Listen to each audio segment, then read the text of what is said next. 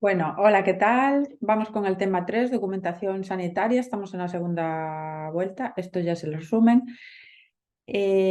Documentación sanitaria es un tema bastante extenso. Hablamos de los sistemas de información, todo tipo de historia clínica y todo esto. Entonces, empiezo comentando que la documentación sanitaria es muy importante. Como sabéis, debe de ser precisa, actualizada y accesible porque esta es la única manera de que garanticemos la seguridad y calidad del cuidado al paciente. ¿Qué tipos hay? Pues dos tipos, la documentación sanitaria clínica y no clínica. La clínica es a la que estamos muy acostumbrados todos, que son las historias clínicas, esas historias que hay en el hospital donde cubrimos la anamnesis, todos los datos, la evaluación toda del paciente y estos documentos deben de ser almacenados y se pueden recuperar de forma segura, los datos están protegidos según la normativa vigente. Y luego, por otro lado, tenemos la documentación sanitaria no clínica, que son los documentos que tienen más relación con la gestión de la institución sanitaria, como los niveles financieros del hospital. Pues esto es documentación no clínica. Por supuesto, también están almacenados y se pueden recuperar de forma segura y tienen que cumplir una normativa. La información que hay aquí en ella, en esta historia clínica, pues hay una serie de información que es la historia clínica cronológica, por un lado, que es la que se utiliza en atención primaria. Estas son unas hojas que recogen los datos, la anamnesis, se va escribiendo allí todo lo que ocurre cada vez que el paciente viene a la consulta, pues hoy me duele la barriga, se anota, hoy tuvo dolor de estómago. Y las veces que es atendido también en el domicilio, ADO, hablábamos, y las hojas se van archivando en la carpeta de manera ordenada y por orden en el tiempo, orden cronológica. Luego tenemos una historia clínica episódica, que es la utilizada en la atención hospitalaria. Es bastante más estructurada, existen varios modelos y recogen muchas informaciones. Cada vez que un paciente es atendido por un profesional, se abre una nueva historia clínica. Y luego tenemos la historia clínica protocolizada. Estas son preguntas cerradas que se utilizan para seguir las enfermedades que sean muy concretas de un paciente en unidades especializadas. Ya hablamos en la anterior clase de las unidades especializadas, de los especialistas, que si el neurólogo, que si el dermatólogo, etcétera. Entonces esto sería.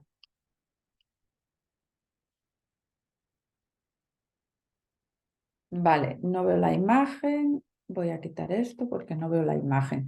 Los objetivos del historial clínico. Los objetivos son varios. Hay objetivos asistenciales que lo que hacen es que haya una buena calidad asistencial, una buena atención de ese técnico de enfermería, de ese profesional sanitario a el paciente, de investigación. Las historias clínicas, como os he dicho antes, están archivadas y sirven como base para realizar estudios, ¿vale? Sobre el comportamiento, evolución del paciente, etcétera. En cuanto a la docencia, sirven de apoyo para la enseñanza en las facultades y escuelas de enfermería, ¿vale? El historial clínico a veces pues, se utiliza pues, para la docencia y se explica pues, un poquito las hojas todas que hay en el hospital, se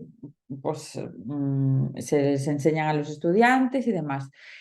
Objetivo administrativo, aporta muchos datos para una gestión y la planificación de los recursos. Y luego a nivel jurídico, este tipo de hojas es el único documento que demuestra la relación de sanitarios y pacientes, que es la historia clínica, y si hubiera cualquier problema en el hospital, algo hacemos mal o lo que sea, está todo ahí registrado. Comentar que aunque no está aquí en las diapositivas, esto seguimos con los objetivos. Comentar que es pregunta de examen las fuentes de información. las fuentes de información las hay externas e internas. Las externas son las demográficas, que son el censo poblacional, los padrones, los registros de nacimientos, las defunciones y los matrimonios. Las externas de afuera son las demográficas. Censo, padrones, registros de nacimientos, defunciones. Acordaros, externas de afuera. Afuera se va el cuerpo se va afuera cuando muere, defunciones externas. Y las otras fuentes de información son las internas, que son los índices y registros diagnósticos y todo tipo de registros de ambulatorios, de unidades de servicios y de hospitales. Entonces, lo bonito, lo que conocemos, el censo, los padrones, los matrimonios, son externas y las internas, que son los registros y los índices, son internas. Luego también es pregunta de examen, que aunque no os lo puse ahí, bueno, de lo que comenté anterior nos pueden preguntar de las siguientes, ¿cuáles son externas y cuáles internas? Pues internas serían índices y registros y externas, matrimonio, censo y demás. Luego, los indicadores claves del Sistema Nacional de Salud nos podrían preguntar cuáles son los indicadores. Entonces, tenemos indicadores de nivel de salud, estructurales, del sistema sanitario, accesibilidad al sistema, gasto y calidad de atención en el sistema sanitario. Entonces, ¿cuáles son los indicadores? Nos ponen X preguntas y nos dicen, indicadores de nivel de salud, sí. Indicadores estructurales, sí. De utilización del sistema sanitario, sí. Accesibilidad al sistema, sí. Gasto y calidad, también. De la documentación clínica y no clínica ya hemos hablado. Ya hemos hablado que la documentación clínica es como un informe médico y la no clínica, por ejemplo, es un parte de baja. Recordaros que la historia clínica está regulada por la Ley 3/2001 del 28 de mayo. Es una ley autonómica que la regula el consentimiento informado, que es de autonomía del paciente. Recordar también que la anamnesis es importante saber que es una historia clínica, es que es una entrevista clínica, es un juicio clínico probable o definitivo. Y esto es también pregunta de examen. Los objetivos de la documentación sanitaria tenemos pues, varios objetivos que son cómo se gestiona esta información. Como sabéis, la documentación sanitaria permite esa gestión de manera eficiente de la información. El segundo objetivo es que mejora la calidad del cuidado, porque la documentación que tenemos del paciente está actualizada, hemos puesto ahí todo lo que le pasa al paciente y tenemos una mejor toma de decisiones, porque si tenemos una historia clínica y vemos pues, que vino la primera vez por dolor de estómago, le vino la segunda vez por dolor de cabeza, pues tenemos ahí que tuvo esos dos dolores y puede ser una sintomatología de algo concreto que tenga el paciente. Y el tercer objetivo es ese seguimiento que hacemos con los pacientes. La documentación sanitaria permite ese seguimiento continuo y contribuye, como siempre, a una atención más efectiva, mejor y de mayor calidad. Los sistemas de información. Estos sistemas de información son conjuntos de componentes que recopilan y almacenan información para, como he dicho antes, la toma de decisiones y mejorar la calidad. Los sistemas de información pueden ser formal o informal. El formal son decisiones fijas y procedimientos con reglas predefinidas y el informal son reglas de comportamiento establecidas. Las características del sistema de información. Las características del sistema de información son estas que tenemos ahí. Son la eficiencia, que es una parte muy importante, ya se hablé de ella en el primer tema. La eficiencia, los sistemas de información deben de ser eficientes en la gestión y acceso a la información, porque así las decisiones se tomarán de manera más rápida. Que sean con fiabilidad, o sea, lo que dije al principio, debe de ser precisa, actual y confiable. La seguridad, los sistemas de información deben de proteger la confidencialidad. No voy a ir yo con que me pica la punta de la nariz y que se entere el vecino de que me ha picado la punta de la nariz. No. Integración. Deben de integrarse en todos los sistemas de información, como el sistema de información clínico del hospital o el de información de pacientes.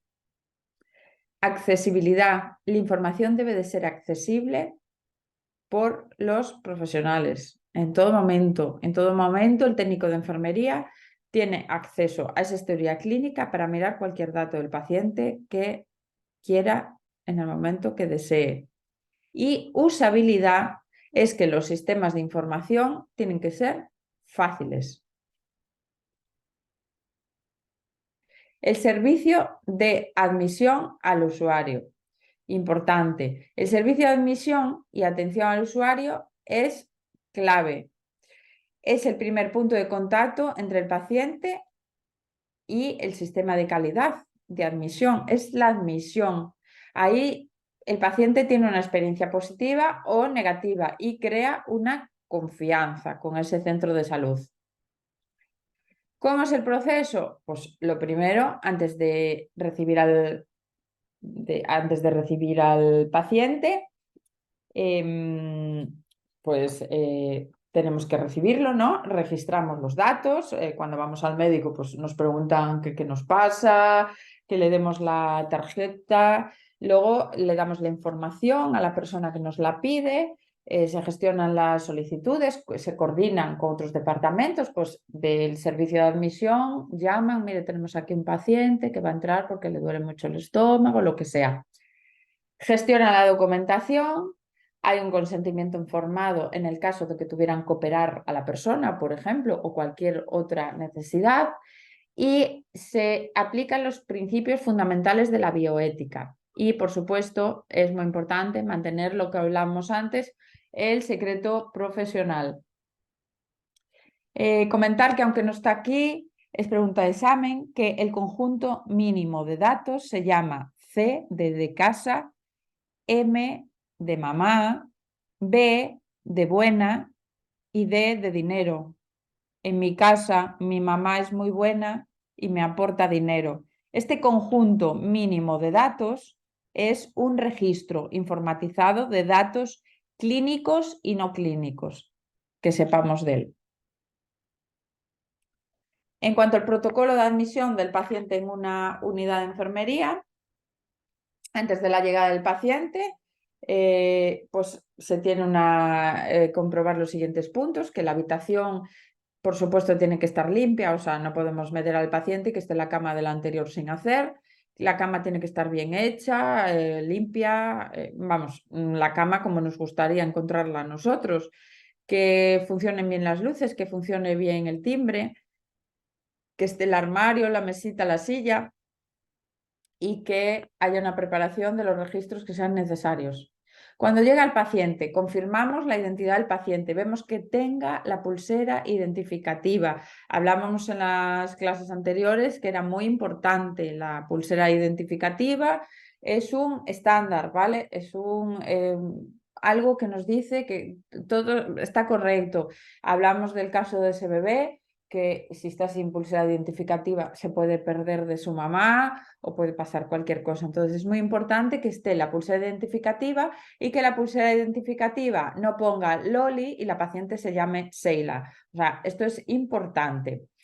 Le preguntamos al paciente, pero no le damos el nombre. Es decir, si el paciente se llama María Rodríguez Rodríguez, le decimos, hola María, buenos días. ¿Y usted es María? ¿Qué más? Y ella nos dice Rodríguez, Rodríguez. Y entonces ahí verificamos que es correcto, porque si le damos nosotros los datos, pues de nada vale. Presentamos al paciente y a su familia, acompañamos y acomodamos al paciente y a su familia en la habitación, le mostramos la habitación, cómo se utiliza todo y le presentamos al otro paciente en el caso de que la habitación esté ocupada o sea ocupada, ¿vale? Cuando llega el paciente, le damos un vaso y un pijama, es muy importante. Si el paciente ingresa a la unidad procedente del servicio de admisión, le colocamos la pulsera si no la tuviera. Le damos una hoja de información, ¿vale? Si la hay, normalmente suele estar detrás de las puertas, le decimos que la lean. Bueno, preguntamos si tiene dinero, cosas de valor y llamamos a seguridad para que las guarden. Se le decimos que ponga el pijama o el camisón o si quiere usar su propio pijama. Esto normalmente en el hospital no suele ser así. Normalmente suelen llevar el pijama del hospital porque es la norma. Si quieren hacer alguna pregunta, pues que la hagan, los animamos, le pedimos el número de teléfono, pues le informamos al médico que tenga asignado y poco más, ¿vale? Registramos al paciente en la hoja de dietas y implementamos la tarjeta de dieta y notificamos todo al DUE. Tenemos los registros de admisión del paciente en la unidad de enfermería. No trataremos tanto los protocolos en sí del técnico de enfermería, sino que trataremos de conocer los procedimientos de enfermería para tener un conocimiento más general del funcionamiento de una unidad de enfermería. Así lo realizamos mejor todo nuestro trabajo. Hay una valoración de enfermería y corresponde a cada tipo de paciente. La enfermera luego viene a valorarlo y todos estos datos pues, se registran en la hoja correspondiente. En cuanto al consentimiento informado, el consentimiento informado es libre y voluntariamente por el afectado para toda actuación en el ámbito de su salud y a su vez reciba la información adecuada. El consentimiento será verbal y esto es pregunta de examen. El consentimiento será verbal por regla general y se prestará por escrito, pero el consentimiento será verbal. Pregunta de examen. La ley es la 3/2001 del 28 de mayo, es la del consentimiento informado y esto también es pregunta de examen. El consentimiento informado es la ley 3/2001 del 28 de mayo. Sugiero que para aprenderse 3/2001 usemos alguna regla mnemotécnica.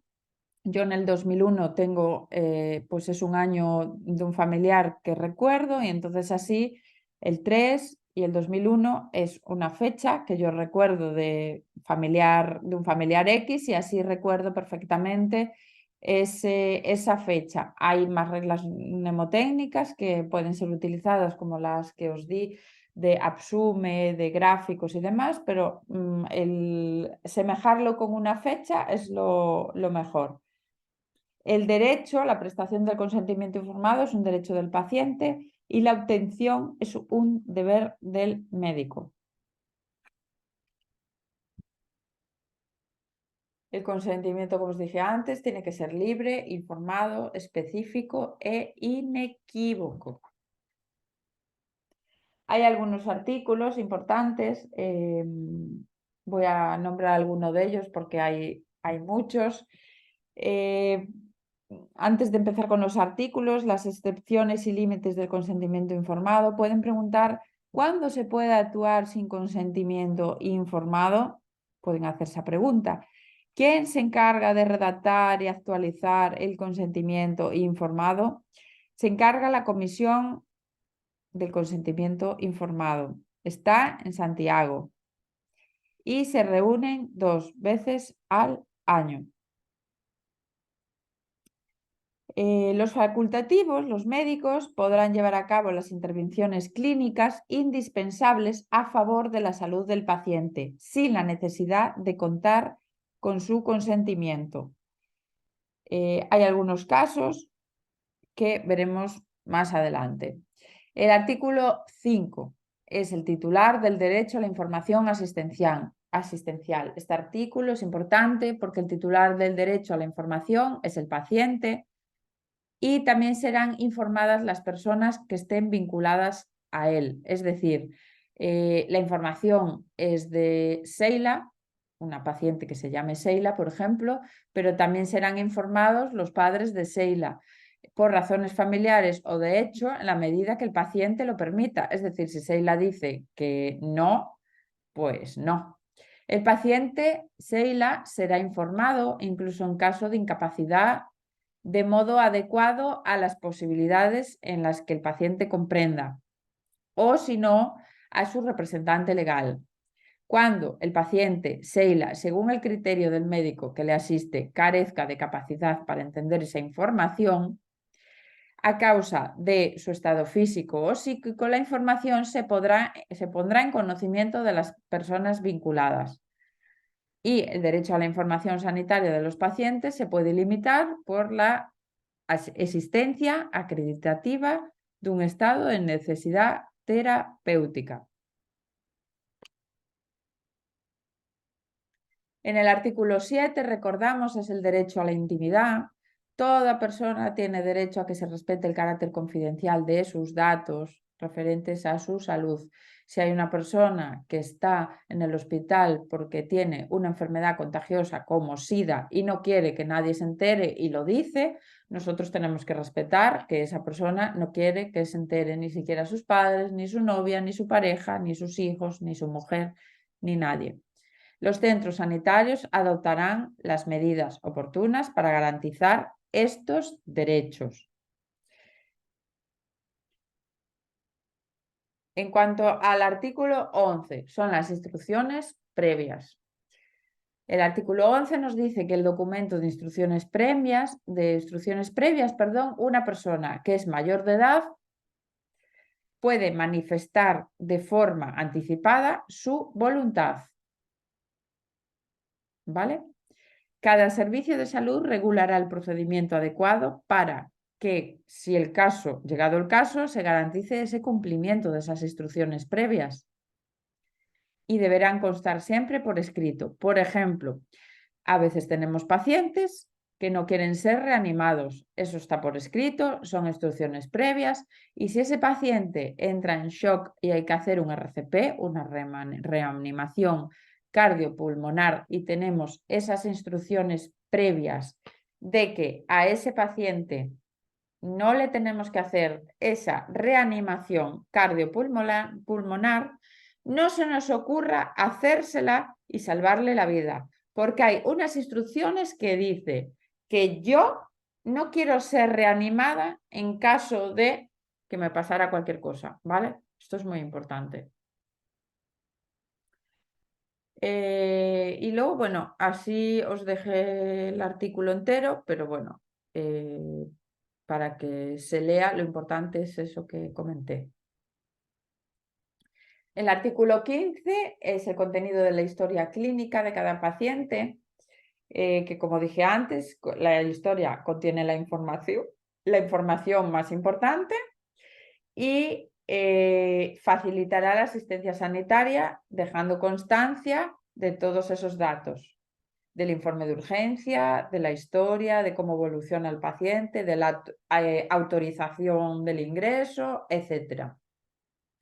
Hoja de interconsultas, hay informes exploratorios, bueno, todo tipo de informes, ¿vale? Entonces, bueno, traeré algunos informes para que se vayan viendo.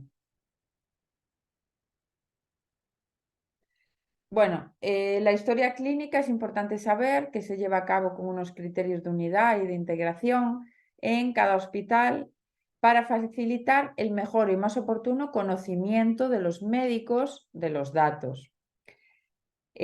Cuando la prestación sanitaria sea consecuencia de violencia ejercida con personas menores de edad, la historia clínica especificará la circunstancia, además de la información a la que se hace referencia. Y pasamos a lo importante de la bioética. Darme un segundo, que estoy en directo. Como veis, voy a encender la luz para que haya un poquito más de claridad. Vamos a hablar, a ver si consigo meterme bien, vamos a hablar de la bioética. La bioética es una disciplina que estudia esos dilemas éticos. Se ocupa de los principios morales que permiten discernir entre el bien y el mal, entre lo que está bien y lo que está mal. Hasta los años 70 eran curar, recordamos el Alma Ata, después de los 70 hay esa conferencia. Hay principios hay unos cuantos principios que son importantes de la bioética, los tenemos aquí. Esto es importantísimo sabérselo, es pregunta de examen. Los principios son la autonomía, la no maleficencia, la justicia y la beneficencia. La autonomía es la máxima expresión de ese principio de autonomía, el consentimiento informado. Constituye un derecho del paciente y un deber del médico. El médico tiene que respetar esta autonomía porque se trata de la salud del paciente. La beneficencia. La beneficencia es la obligación de actuar en beneficio de otros, promoviendo sus intereses y suprimiendo los perjuicios. Es decir, pues hay mucha gente en el hospital, por ejemplo, que entra una persona de la etnia o raza que sea y ya dice, ay, como es de esta etnia, no lo atiendo. No, no, lo tenemos que atender bien igualmente y todo eso. La no maleficencia, primum non nocere, ante todo no hacer daño, abstenerse intencionadamente realizar acciones que puedan causar daño o perjudicar a otros. Y el principio de justicia, se debe tratar a cada uno como corresponde, disminuyendo las situaciones de desigualdad. Hay una ética de mínimos y unos principios universales, ¿vale? Esta hoja es importante. Los principios pueden entrar en conflicto en determinadas situaciones creando dilemas éticos, como por ejemplo, cuando se trata a pacientes en estado terminal, puede haber conflicto entre la autonomía del paciente y la obligación de hacer el bien y evitar el mal. Como técnicos de enfermería es importante tener una comprensión de estos principios fundamentales de la bioética y cómo aplicarlos. El secreto profesional. El secreto profesional es muy importante también. El concepto y la regulación jurídica. El secreto profesional es un concepto clave en la profesión de la enfermería. El secreto profesional es, como bien dice la imagen, el estar calladitos, o sea que de todo lo que nos enteremos tenemos que más bien estar callados, no decir nada, porque en el hospital nos enteramos de muchísimas cosas y hay un compromiso que adquiere el profesional, el técnico de enfermería, ante el paciente y ante la sociedad de guardar silencio sobre todo aquello que le hubiera sido confiado por el enfermo. Tenemos secreto médico compartido, secreto médico derivado, pero mayormente nos estamos callados. Y luego, pues la ley de autonomía del paciente señala el derecho a la intimidad del paciente y a la confidencialidad de estos datos sanitarios. Forma parte del código deontológico la obligación de guardar secretos. Se llama así, código deontológico. Existen excepciones a la obligación del secreto profesional de los profesionales. Situaciones que pueden suponer un peligro para la salud pública o para terceras personas. A esto se le llama estado de necesidad. En el Código Penal es el artículo 20.5, que consiste en la vulneración de un derecho para evitar un mal mayor. nosotros tenemos la obligación de declarar esos casos de enfermedades infectocontagiosas, pues como por ejemplo cuando la COVID, pues si sabemos que alguien tiene COVID, lo tenemos que decir, con fines epidemiológicos y de prevención. Será lícito, podremos revelar el secreto para denunciar un caso de mala praxis. Si vemos a un compañero hacer una mala práctica con un paciente, podemos y estamos obligados a denunciar a quien sea pues que hayan podido ser víctimas de un delito, esos pacientes. El secreto profesional, cuando se ha requerido para prestar testimonio en un juicio como testigo, pues también podemos decir los datos que sea, si estamos en un juicio, obviamente. Luego tenemos excepciones al secreto profesional en los códigos deontológicos. Si nos lo mandan por imperativo legal para evitar daños graves a terceros, en enfermedades y acontecimientos de declaración obligatoria y cuando el profesional se ve injustamente acusado por el paciente. La obligación del secreto profesional, muy importante, dura toda la vida del profesional sanitario. Como veis, el tema es larguísimo, larguísimo, larguísimo. Son muchísimas hojas, muchísimas. Ahí tenéis el tema en PDF, ahí tenéis el tema para que lo imprimáis, ahí tenéis el tema impreso, pero os lo podéis leer, podéis hacer actividades, podéis hacer las actividades que están, mirarlas, revisarlo, pero lo importante está en este resumen. Muchas gracias a todos. Desde la Escuela de Sanidad de Colores, mi nombre es Loli Fernández y a todos pues ánimo con el estudio, mucho ánimo con el estudio, ya queda menos y os va a salir genial. Hasta pronto.